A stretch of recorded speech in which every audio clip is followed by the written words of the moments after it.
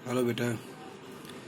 आज हमारा जो टॉपिक है एज पर डेली ट्रिग्नोमेट्रिक फंक्शन है, एक्सरसाइज 3.4। ये हमारी लास्ट एक्सरसाइज है। ठीक है, सब्जेक्ट हमारा मैथमेटिक्स है, क्लास 11। तो बेटा ये इस एक्सरसाइज को स्टार्ट करने से पहले कुछ बेसिक फार्मूलाज हमें याद करने हैं।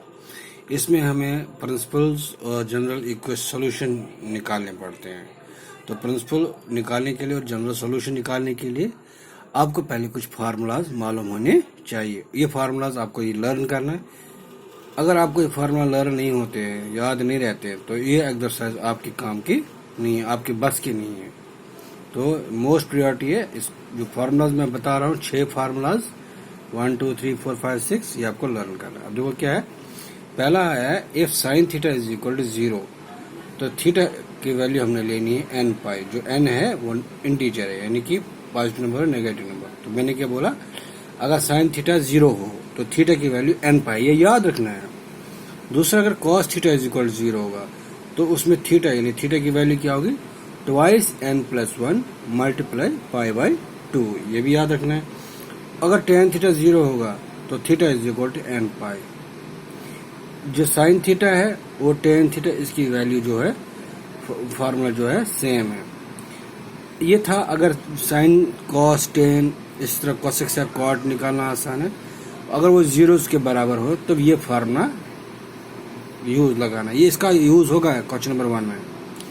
अब अगर साइन थीटा या कॉस थीटा या टेन थीटा 0 ना हो, यानी इधर 0 दिया है ना, अगर ये 0 ना हो तो क्या होगा, अगर साइन थीटा साइन अल्फा होगा तब थीटा की वैल्यू होगी n pi plus 1 minus 1 raise to n alpha. Alpha जैसे थीटा कोई एंगल है उसी तरह अल्फा एंगल है। तो अगर साइन थीटा 0 ना हो बल्कि साइन अल्फा होगा तो थीटा की वैल्यू होगी एन पाई प्लस माइनस 1 का होल एन अल्फा।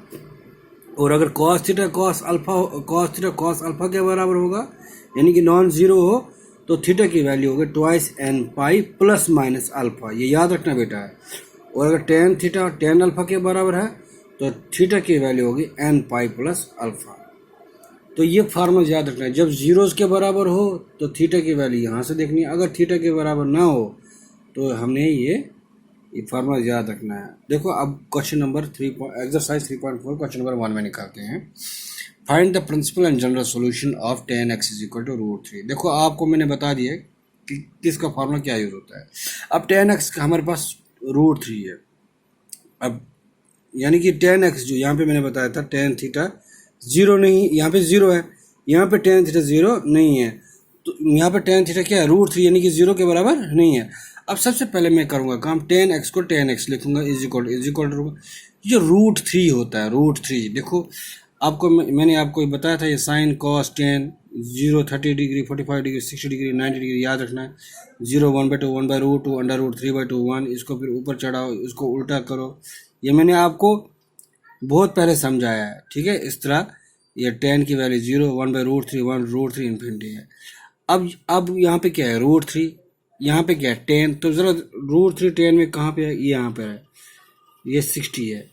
तो 60 मतलब 180/3, 3 6 18, यानी कि 10 पाई बाई 3 है, ठीक है।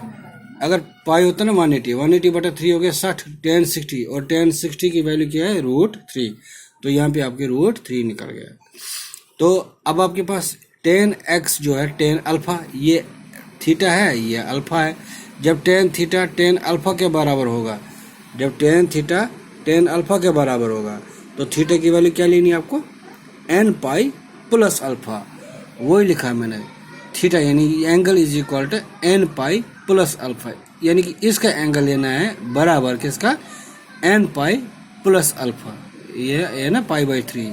देखो बेटा अगर tan थीटा tan अल्फा के बराबर है तो ये जो tan का एंगल है थीटा है, यहाँ पे tan का x है तो x लिया, फिर is equal to tan alpha की जगह n pi plus alpha, same तरह एन पाई प्लस पाई/3।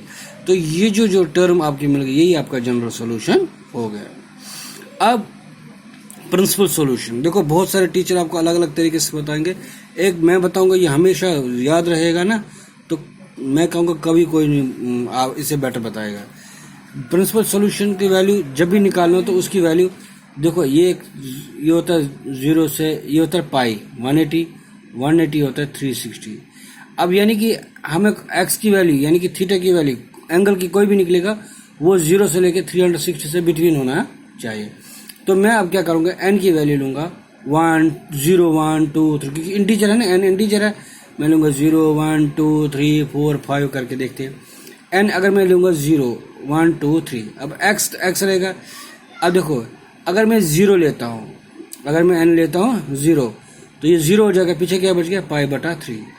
और अगर मैं एन की वैल्यू 1 ले लेता हूँ, at n is equal to 1, है ना, तो ये क्या होगा pi plus pi by 3, pi plus pi by 3, तो ये हो गया ना 3 पाई प्लस पाई बटा 3, यानी कि 4 पाई बटा 3 आए ना, 4 पाई बटा 3।